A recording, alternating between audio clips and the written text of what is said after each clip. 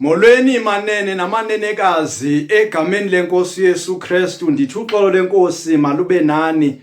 Masifunde namhlanje izwi lethu sive ubuThixo uthini kuthi kolusuku namhlanje. Ngoyincwadi yeDuteronomy uchapter 18 uverse 10 kuyotsho ku12 ifundeka kanje. Maze kungafunyanwa namnye kuwe ucandisa unyana wakhe nentombi yakhe emlilweni, novumisayo, nolitola, nohlaba izihlaba, nokhafulayo, nobopha ngamabophe, nobuza konesholoku, nosiyazi, noquqela kwabafileyo, kuba balisikizi kuYehova bonke abenza ezo zinto. Kungenxa yaloo masikizi lento uYehova uThixo wakho azigqogqayo zingabikho.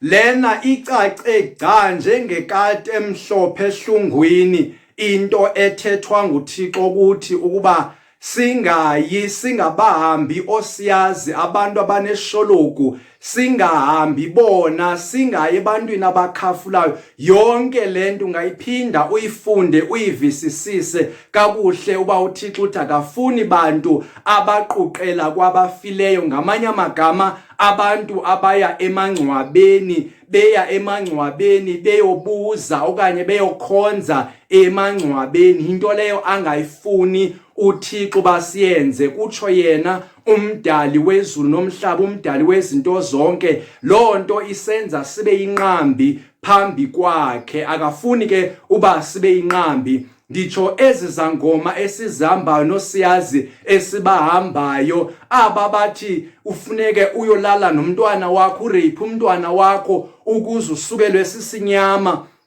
besithi fanele uyobulala abantu befamily yakho ngoba befuna ama-body parts wabo ukuba benze imithi. Abafuni ama-body parts wabantu abafileyo already, kodwa bafuna ubulale umuntu ophilayo. Ndithetha mna ngeenyanga ezihanjwa ngabantu, abantu abamnyama ikakhulukazi. Lento into uThixo angayifuni, elisikizi phambi kobuso bukaThixo. Ndithetha mna ngosiyazi. Xa umhambo usiyazi uyafika namhlanje ungene ngengomso kulandele utshaba lakho lingene liyofuna uncedo uba lingakubulala njani, lingakudestroya njani. Inyanga ayikhathali, ifuna imali kuphela. Zinikeleni ke kunyana kaThixo uYesu Kristu ukuze uThixo aninike umoya wenyana wakhe ozawukhala ngaphakathi kwenu uthi Abba, nibe ngoonyana bakaThixo. Masiphinde futhi sive enye futhi ivesi engqindelana nale vesi siyifundileyo.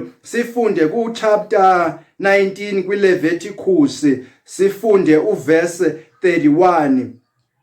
Musani ukubheka kwabanesholoku, musani ukubafuna osiyazi, ukuze nenziwe inqambi ngabo. NdinguYehova uThixo wenu. Uyatsho kuThixo uba aba bantu abezi kuthi, kodwa sithi abantu abasukayo baye kubo. Ngamanye amagama sithi esibanika amandla, sithi esibanika umsebenzi, masingayi ke kubo ngoba bafike basenze inqambi, basenze isiqalekiso phambi kwaThixo ngokuya kubo. Mamela ke, njengogunya owalinikwa ungumntu loba ube negunya emhlabeni lokuba izinto zenzeke, kukho khona into ozibophayo, ibe khona into ozikhululayo, zikhululeke egameni lakho ngenxa yoba unguThixo emhlabeni.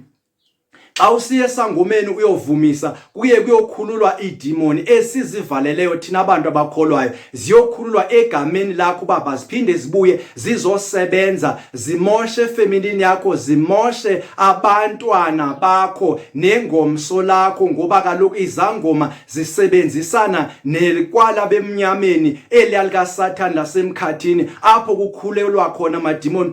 Thina siyawaxina, siwakhuphe ebantwini, siwakhuphe ebantwini ahamba ayongena kulaa mgodi avalelwa ku.